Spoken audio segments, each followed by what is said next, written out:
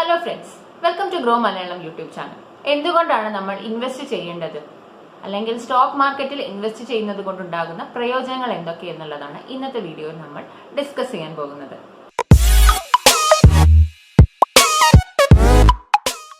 പക്ഷേ ഈ ഒരു പ്രയോജനങ്ങളെ കുറിച്ച് നമ്മൾ സംസാരിക്കുന്നതിന് മുൻപായി സ്റ്റോക്ക് മാർക്കറ്റുകൾ എന്താണെന്നും സ്റ്റോക്ക് മാർക്കറ്റുകളിൽ എങ്ങനെയാണ് ഇൻവെസ്റ്റ് ചെയ്യേണ്ടതെന്നും നമുക്ക് ഒന്ന് നോക്കാം. സ്റ്റോക്ക് അഥവാ ഷെയർ, നമ്മൾ ഓഹരി എന്ന് വിളിക്കുന്ന ഈ ഒരു സ്റ്റോക്ക് ഒരു കമ്പനിയിൽ നമുക്ക് കിട്ടുന്ന ഭാഗികമായിട്ടുള്ള ഉടമസ്ഥതാവകാശത്തെയാണ് സൂചിപ്പിക്കുന്നത്. അതായത് നമ്മളിപ്പോൾ ഒരു കമ്പനിയുടെ സ്റ്റോക്ക് അല്ലെങ്കിൽ ഓഹരി വാങ്ങിച്ചു കഴിഞ്ഞാൽ നമുക്ക് ആ ഒരു കമ്പനിയിൽ ഭാഗികമായി ഓണർഷിപ്പ് അല്ലെങ്കിൽ ഉടമസ്ഥാവകാശം ലഭിക്കുന്നു. സ്റ്റോക്ക് മാർക്കറ്റുകളിലൂടെ നമുക്ക് ഈ സ്റ്റോക്കുകൾ വാങ്ങാനും വിൽക്കാനും സാധിക്കുന്നു. സ്റ്റോക്കുകളുമായി ബന്ധപ്പെട്ടുള്ള എല്ലാ വിധത്തിലുള്ള ക്രയവിക്രയങ്ങളും നടന്നു വരുന്നത് സ്റ്റോക്ക് മാർക്കറ്റിലൂടെയാണ്. സ്റ്റോക്കുകൾ വിൽക്കാനും വാങ്ങാനും ഇഷ്യൂ ചെയ്യാനും വേണ്ടിയുള്ള പൊതുവിപണികളെയാണ് നമ്മൾ ഓഹരി വിപണികൾ അഥവാ സ്റ്റോക്ക് മാർക്കറ്റുകൾ എന്ന് പറയുന്നത്. ഇനി നമുക്ക് സ്റ്റോക്ക് മാർക്കറ്റുകളിൽ എങ്ങനെയാണ് ഇൻവെസ്റ്റ് ചെയ്യേണ്ടതെന്ന് നോക്കാം. ഇന്ത്യയിൽ പ്രധാനമായും രണ്ട് പൊതുവിപണികൾ അല്ലെങ്കിൽ ഓഹരി വിപണികളാണ് ഉള്ളത്: നാഷണൽ സ്റ്റോക്ക് എക്സ്ചേഞ്ചും ബോംബെ സ്റ്റോക്ക് എക്സ്ചേഞ്ചും. ഓഹരി വിപണികൾ രണ്ട് പ്രധാനമായിട്ടുള്ള പർപ്പസ് ആണ് നമുക്ക് നേടിത്തരുന്നത്. അതായത് രണ്ട് പ്രധാനപ്പെട്ട ഉദ്ദേശമാണ് നമ്മുടെ ഓഹരി വിപണികൾക്കുള്ളത്.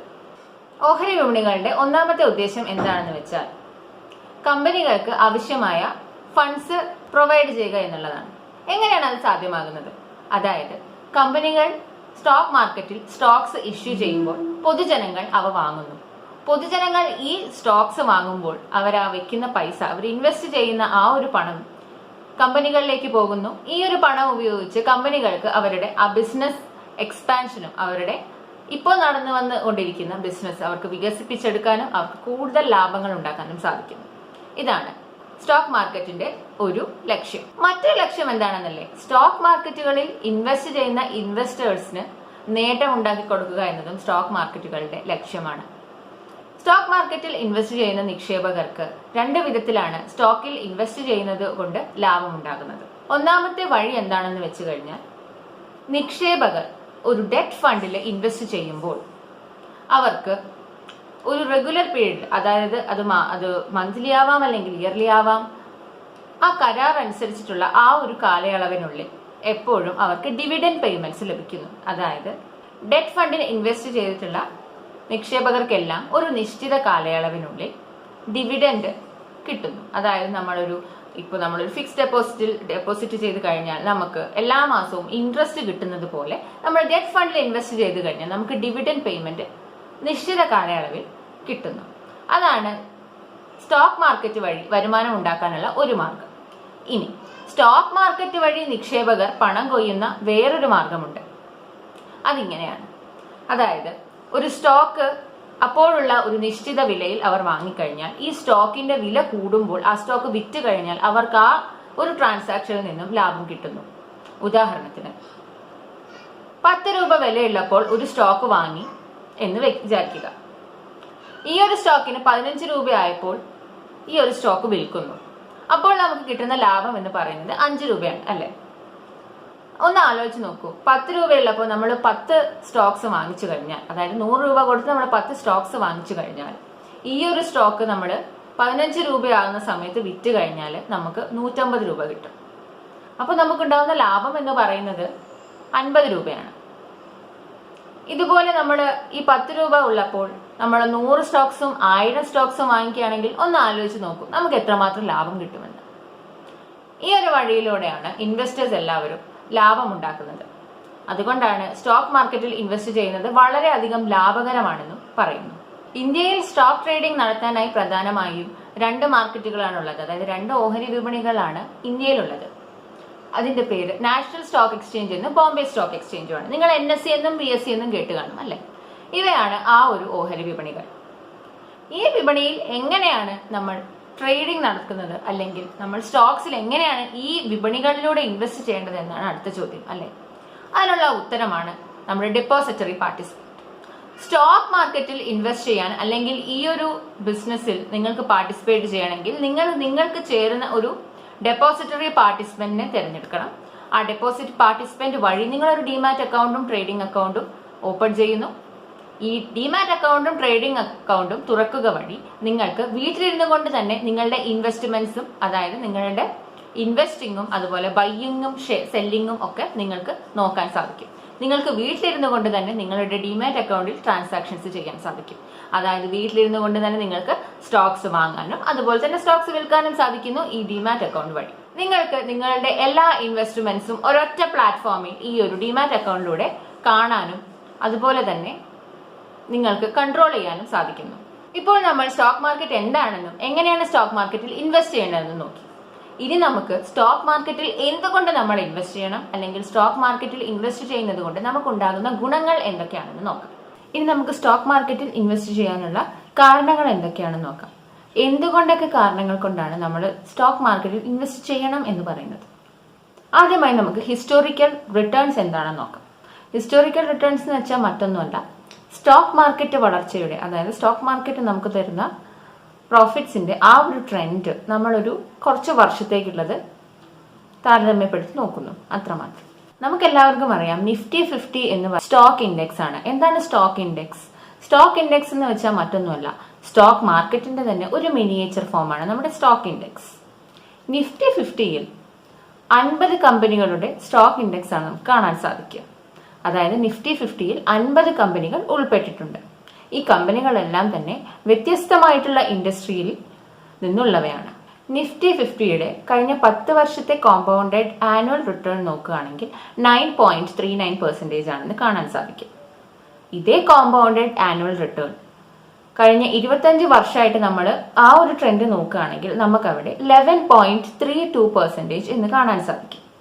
ഇതൊരു വളരെ നല്ല ഫിഗർ ആണെന്ന് പറയാൻ സാധിക്കും. എന്തുകൊണ്ടെന്നാൽ ഇപ്പൊ നമ്മൾ ചെയ്യാൻ പോകുന്നത് ഈ ഒരു നിഫ്റ്റി 50യുടെ ആനുവൽ റിട്ടേണും അതുപോലെ തന്നെ നമ്മുടെ മറ്റൊരു ഇൻവെസ്റ്റ്മെന്റ് ഇൻസ്ട്രുമെന്റ് ആയ ഫിക്സ്ഡ് ഡെപ്പോസിറ്റിന്റെ റിട്ടേണും തമ്മിലാണ് കമ്പയർ ചെയ്യാൻ പോകുന്നത്. അപ്പൊ ഇങ്ങനെ കമ്പയർ ചെയ്ത് നോക്കുമ്പോൾ നമുക്ക് ഇന്ത്യയിൽ average fixed deposit return rate എന്ന് പറയുന്നത് ഒരു 8.69 to ഒരു 3.29% ആ ഒരു റേഞ്ചിലാണെന്ന് പറയാൻ സാധിക്കും.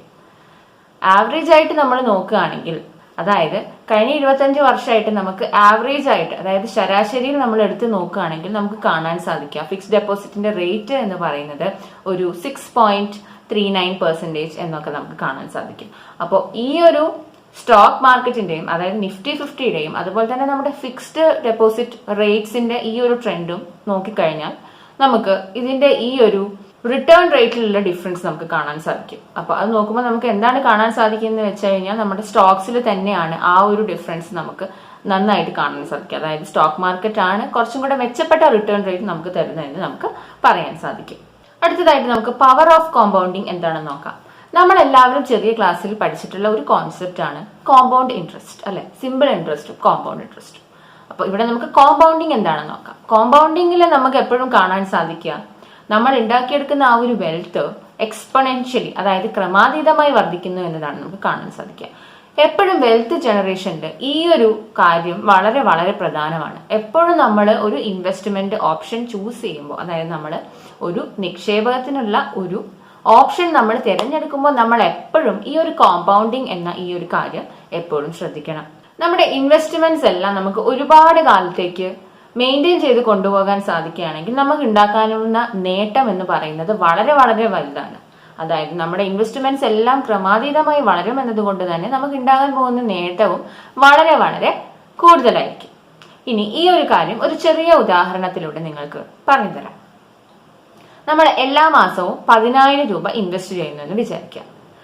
നമുക്ക് 6% റിട്ടേൺ റേറ്റ് ഉള്ള ഒരു ഇൻവെസ്റ്റ്മെന്റ് ഇൻസ്ട്രുമെന്റിലാണ് നമ്മൾ ഈ ഒരു 10,000 റുപ്പീസ് എല്ലാ മാസവും നമ്മൾ ഇൻവെസ്റ്റ് ചെയ്യാമെന്ന് വിചാരിക്കാം. അപ്പോൾ ഈ ഒരു കാര്യത്തിൽ തന്നെ, ഈ ഒരു ട്രെൻഡിൽ തന്നെ നമ്മളൊരു 25 വർഷത്തേക്ക് ഈ ഒരു 10,000 രൂപ എല്ലാ മാസവും നമുക്ക് ഇൻവെസ്റ്റ് ചെയ്യാൻ കഴിഞ്ഞാൽ നമുക്ക് 25 വർഷം കഴിയുമ്പോൾ നമ്മുടെ കയ്യിൽ വരുന്ന തുക എന്ന് പറയുന്നത് 69,29,931 രൂപയായിരിക്കും. അതായത് 69,39,931 രൂപ നമ്മുടെ കയ്യിൽ 25 വർഷം കഴിഞ്ഞിട്ട് കിട്ടുമെന്ന് പറയുന്നത് ഒരു ചെറിയ കാര്യമല്ല, അതൊരു വലിയൊരു നേട്ടം തന്നെയാണ്.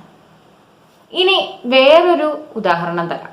അതായത് ഇതേ 10,000 രൂപ നമ്മൾ എല്ലാ മാസവും ഇൻവെസ്റ്റ് ചെയ്യുന്നു. പക്ഷെ ഇത്തവണ നമ്മൾ തിരഞ്ഞെടുക്കുന്ന ഇൻവെസ്റ്റ്മെന്റ് ഇൻസ്ട്രുമെന്റ് റിട്ടേൺ റേറ്റ് എന്ന് പറയുന്നത് 9%. 9% ആണ്. നമുക്ക് 1 കോടിയിലധികം നേട്ടമാണ് വരാൻ പോകുന്നത് 25 വർഷം കഴിഞ്ഞാൽ. അതായത് 25 വർഷം കഴിഞ്ഞാൽ 1 കോടിയിൽ പരം രൂപയാണ് നമ്മുടെ കയ്യിലേക്ക് വരാൻ പോകുന്നതെന്ന് പറഞ്ഞു കഴിഞ്ഞാൽ നിങ്ങൾക്ക് വിശ്വസിക്കാൻ കഴിയുമോ? 25 വർഷം കഴിഞ്ഞാൽ നമ്മുടെ കയ്യിൽ വരാൻ പോകുന്ന തുക എന്ന് പറയുന്നത് 1,12,11,219 രൂപയാണ്. ഈ ഒരു ഉദാഹരണത്തിൽ നമുക്ക് നോക്കിയാൽ തന്നെ കാണാൻ സാധിക്കും. റിട്ടേൺ റേറ്റിൽ വരുന്ന വെറും ചെറിയൊരു വ്യത്യാസം കൊണ്ട്, അതായത് വെറും 3% ഡിഫറൻസ് കൊണ്ടാണ് നമുക്ക് ഇത്ര വലിയൊരു നേട്ടം നേടിയെടുക്കാൻ സാധിച്ചത്. അതായത് കുറച്ച് ലക്ഷങ്ങൾ നമ്മുടെ കയ്യിൽ വരുന്നുണ്ടെങ്കിൽ ആ ഒരു സെയിം പീരീഡിൽ തന്നെ നമുക്ക് കോടി രൂപയാണ് നമ്മുടെ കയ്യിൽ വന്നത്. അപ്പൊ അത്രയധികം ഒരു ഡിഫറൻസ് ആണ് ഈ ഒരു റേറ്റ് ഓഫ് റിട്ടേണിലുള്ള ചെറിയ ഡിഫറൻസ് കൊണ്ട് നമുക്ക് കിട്ടാൻ പോകുന്നത്. അപ്പോൾ ഇതാണ് പവർ ഓഫ് കോമ്പൗണ്ടിങ് എന്ന് പറയുന്നത്. അതായത് നമ്മൾ ഉണ്ടാക്കിയെടുക്കാൻ പോകുന്ന വെൽത്ത് നമുക്ക് ക്രമാതീതമായി വർദ്ധിക്കുന്നു. അത് വർദ്ധിക്കാൻ വേണ്ടി നമുക്ക് സ്യൂട്ടബിൾ ആയിട്ടുള്ള, നമുക്ക് ചേരുന്ന രീതിയിലുള്ള, നമുക്ക് ഏറ്റവും അധികം നേട്ടങ്ങൾ നേടിത്തരാൻ സാധ്യതയുള്ള ഇൻവെസ്റ്റ്മെന്റ് ഓപ്ഷനിൽ വേണം ഇൻവെസ്റ്റ് ചെയ്യാൻ. നമ്മൾ എപ്പോഴും ഇൻവെസ്റ്റ് ചെയ്യുമ്പോൾ റേറ്റ് ഓഫ് റിട്ടേൺ എന്ന് പറയുന്നത് നോക്കുന്നത് വളരെ വളരെ നല്ലതാണ്. ഈ ഒരു കാര്യം കൊണ്ട് തന്നെ നമ്മൾ എപ്പോഴും ലോങ് ടേം ഇൻവെസ്റ്റ്മെന്റിലായിരിക്കണം നമ്മുടെ ഫോക്കസ്. ഈ ഒരു കാര്യം നമ്മൾ പറയുന്നത് ലോങ് ടേം ഇൻവെസ്റ്റ്മെന്റ്, അതായത് ദീർഘകാലത്തേക്ക് നമ്മൾ കൊടുക്കുന്ന നിക്ഷേപങ്ങൾക്കാണ്. ഈ ഒരു പവർ ഓഫ് കോമ്പൗണ്ടിന്റെ മാജിക് വഴി നമുക്ക് ആലോചിക്കാൻ പോലും കഴിയാത്ത അത്രയും വെൽത്ത് നമുക്ക് ക്രിയേറ്റ് ചെയ്യാനും സാധിക്കും. നമ്മൾ സ്റ്റോക്സിൽ ഇൻവെസ്റ്റ് ചെയ്യുന്നതിന് വേണ്ടിയിട്ടുള്ള മറ്റൊരു കാരണമാണ് ഇൻഫ്ലേഷനിൽ നിന്നും നമുക്ക് പ്രൊട്ടക്ഷൻ കിട്ടുക എന്നുള്ളത്. ഇൻഫ്ലേഷൻ എന്ന് വെച്ചാൽ എന്താ? പണപ്പെരുപ്പം ഇപ്പൊ നമ്മൾ നേരിടുന്ന വലിയൊരു പ്രശ്നമാണ്. എല്ലാ കാലത്തും നമ്മൾ നേരിട്ടിരുന്നു, പക്ഷെ ഇപ്പൊ അതിന്റെ സീരിയസ്നെസ് അല്ലെങ്കിൽ കാഠിന്യം ഒന്ന് കൂടിയിട്ടിരിക്കുകയാണ്. എന്താന്ന് വെച്ചാൽ ഇൻഫ്ലേഷൻ നമുക്കൊരു 13% ഒക്കെ ഉണ്ടാവുമെന്നാണ് വിദഗ്ധർ പറയുന്നത്. ഇപ്പോ നമ്മളൊരു ഉദാഹരണം എടുക്കുകയാണെങ്കിൽ തന്നെ ഇന്നത്തെ 10,000 രൂപ അല്ല ഇന്നലത്തെ 10,000 രൂപ. അതായത് ഒരു 25 വർഷം മുമ്പുള്ള 10,000 രൂപയല്ല ഇപ്പോഴത്തെ 10,000 രൂപ. 25 വർഷം മുമ്പ്, അതായത് 25 വർഷം വേണ്ട, കൃത്യമായി പറഞ്ഞാൽ 1995. 1995 നമ്മുടെ കയ്യിലുള്ള 10,000 രൂപ ഇന്ന് നമുക്ക് 2021 നമ്മുടെ കയ്യിൽ വേണമെന്നുണ്ടെങ്കിൽ നമ്മുടെ കയ്യിൽ 10,000 രൂപ പോരാ. പിന്നെയോ നമ്മുടെ കയ്യിൽ 50,976 രൂപ വേണം. ഇത് കേട്ട് കഴിഞ്ഞാൽ നിങ്ങൾക്കൊരു പേടി തോന്നുന്നുണ്ടല്ലേ? പക്ഷെ സംഗതി സത്യമാണ് കേട്ടോ. 1995 10,000 രൂപയും ഇപ്പോഴത്തെ 10,000 രൂപയും തമ്മിൽ വലിയ വ്യത്യാസമുണ്ട്. അപ്പൊ നമുക്ക് എങ്ങനെയാണ് ഈ ഒരു ഇൻഫ്ലേഷനെ ബീറ്റ് ചെയ്യാൻ സാധിക്കുക? ഇൻഫ്ലേഷനെ, നമ്മൾ ചെയ്യുന്ന ഇൻവെസ്റ്റ്മെന്റ്സ് ഒക്കെ ഈ ഒരു ഇൻഫ്ലേഷനെ തരണം ചെയ്യാൻ പാകത്തിനുള്ളതായിരിക്കണം. അപ്പോൾ ആ ഒരു കാര്യം നമുക്ക് നേടിത്തരുന്നതിന് നമ്മുടെ ഫിക്സ്ഡ് ഡെപ്പോസിറ്റിന് അത്രയും ഒരു കപ്പാസിറ്റി ഇല്ല. എന്താന്ന് വെച്ചാൽ നമ്മൾ ഇതിന് മുൻപ് അവരുടെ റേറ്റ് ഓഫ് റിട്ടേൺ വെച്ചിട്ടൊന്ന് കമ്പയർ ചെയ്തതാണ് എത്രമാത്രം വ്യത്യാസം വരുന്നുണ്ട് എന്നുള്ളത്.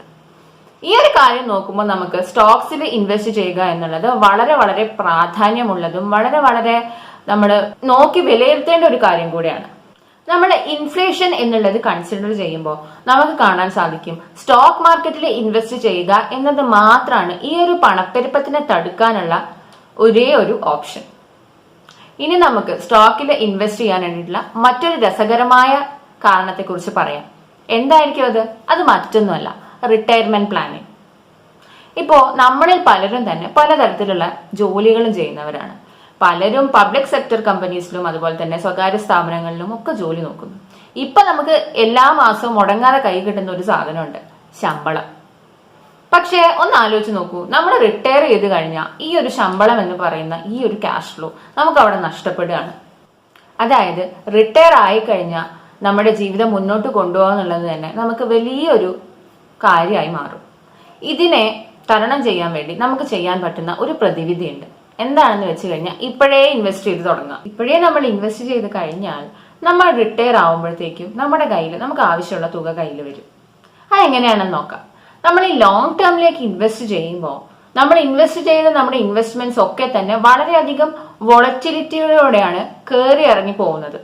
എല്ലാ ദിവസവും സ്റ്റോക്ക് പ്രൈസസിന്റെ കാര്യത്തിൽ മാറ്റങ്ങൾ വരും അല്ലെ? നമുക്ക് എല്ലാവർക്കും അറിയുന്ന കാര്യം. ഒരു ദിവസം കൂടിയ അടുത്ത ദിവസം കുറയും, അങ്ങനെയൊക്കെ. അപ്പൊ ഇങ്ങനെ വോളറ്റിലിറ്റിയിലൂടെ കയറി ഇറങ്ങി ഇങ്ങനെ വോളറ്റിലിറ്റിയിലൂടെ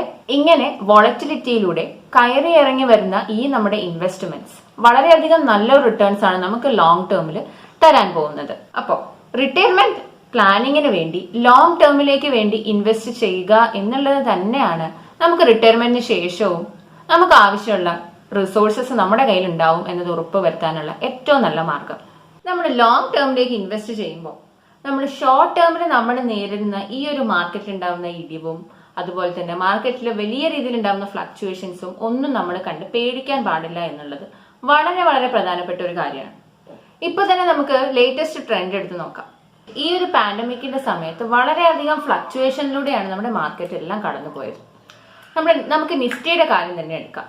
ഈ ഒരു സ്റ്റോക്ക് ഇൻഡെക്സ് 12,000 നിന്നും 7,700 ഇടിഞ്ഞ് വീണ്ടും 7,700 നിന്നും 14,000 ഉയർന്നു വന്നു. ഈ മാറ്റങ്ങളെല്ലാം തന്നെ നടന്നത് ഒരു വർഷക്കാലത്തിനുള്ളിലാണെന്നുള്ളത് വളരെ വളരെ ശ്രദ്ധിക്കേണ്ട ഒരു കാര്യമാണ്. അതായത് ഒരു ചെറിയ കാലയളവിലേക്ക് മാർക്കറ്റുകളൊക്കെ ഇടിഞ്ഞാലും ലോങ് റണ്ണിൽ നോക്കുമ്പോൾ അതായത് ദീർഘകാലത്തേക്ക് നമ്മൾ നോക്കുമ്പോൾ നമുക്ക് ആവശ്യമായിട്ടുള്ള ആ ഒരു ലാഭം നമ്മുടെ കയ്യിൽ വന്നിട്ടുണ്ടാവും. ഈ ഒരു ഷോർട്ട് പീരീഡിൽ മാർക്കറ്റിൽ ഉണ്ടായ ഇടിവ് മുൻനിർത്തി ഇത് കണ്ട് പേടിച്ച് ആ സ്റ്റോക്കുകളൊക്കെ വിറ്റ് കളഞ്ഞവർക്കൊക്കെ വളരെയധികം ഒരു വലിയൊരു നഷ്ടമാണ് അവർക്കെല്ലാം ഉണ്ടായിട്ടുള്ളത്.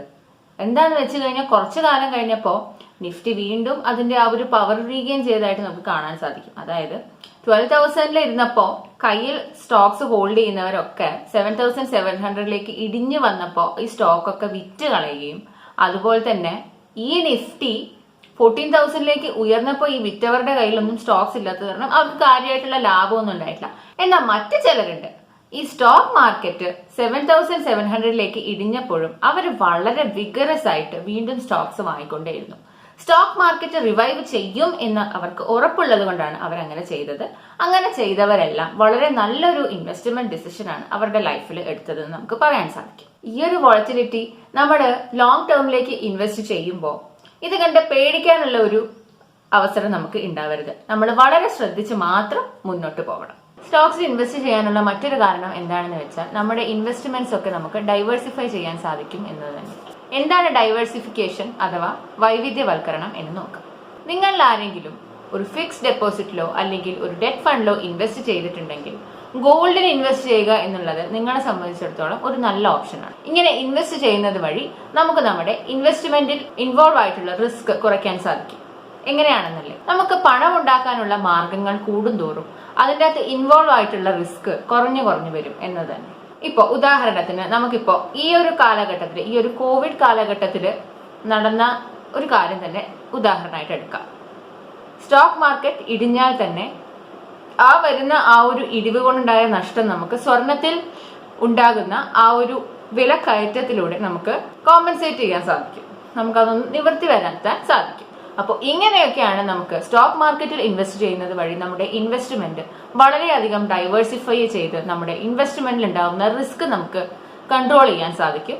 നമുക്ക് ഒരുപാട് കാലത്തേക്ക് അതായത് ലോങ് റണ്ണിൽ നമുക്ക് നോക്കുമ്പോൾ വളരെ സസ്റ്റൈനബിൾ ആയിട്ട് നമുക്ക് വെൽത്ത് ജനറേറ്റ് ചെയ്യാനും സാധിക്കും. ഒരു പരിധി വരെ നമുക്ക് നമ്മുടെ നിക്ഷേപങ്ങളിൽ ഉണ്ടാകുന്ന ആ ഒരു നഷ്ടം നമുക്ക് ഈ ഒരു തരത്തിൽ ക്രമീകരിക്കാനും നമുക്ക് കൺട്രോൾ ചെയ്ത് നിർത്താനും ഒക്കെ സാധിക്കും. ഇതുകൊണ്ട് തന്നെയാണ് സ്റ്റോക്കിൽ ഇൻവെസ്റ്റ് ചെയ്യുന്നത് വളരെ നല്ലൊരു കാര്യമാണെന്നും അത് വളരെ വളരെ പ്രയോജനമുള്ളതാണെന്നും നമുക്ക് പറയാൻ കാരണം. ഇനിയും ഇതുപോലുള്ള അപ്ഡേറ്റുകൾക്കായി ഗ്രോ ചാനൽ സബ്സ്ക്രൈബ് ചെയ്യുക. നിങ്ങൾക്ക് ഈ വീഡിയോ ഇഷ്ടമായെങ്കിൽ ലൈക്ക് ചെയ്യുക, നിങ്ങളുടെ പ്രിയപ്പെട്ടവരുമായി ഷെയർ ചെയ്യുക. ഈ വീഡിയോയിലൂടെ നിങ്ങൾക്ക് യാതൊരു തരത്തിലുള്ള ബൈ ആൻഡ് സെൽ റെക്കമെൻഡേഷൻസും ലഭിക്കുന്നതല്ല. വീണ്ടും മറ്റൊരു വീഡിയോയിലൂടെ കണ്ടുമുട്ടുന്നത് വരെ ബൈ.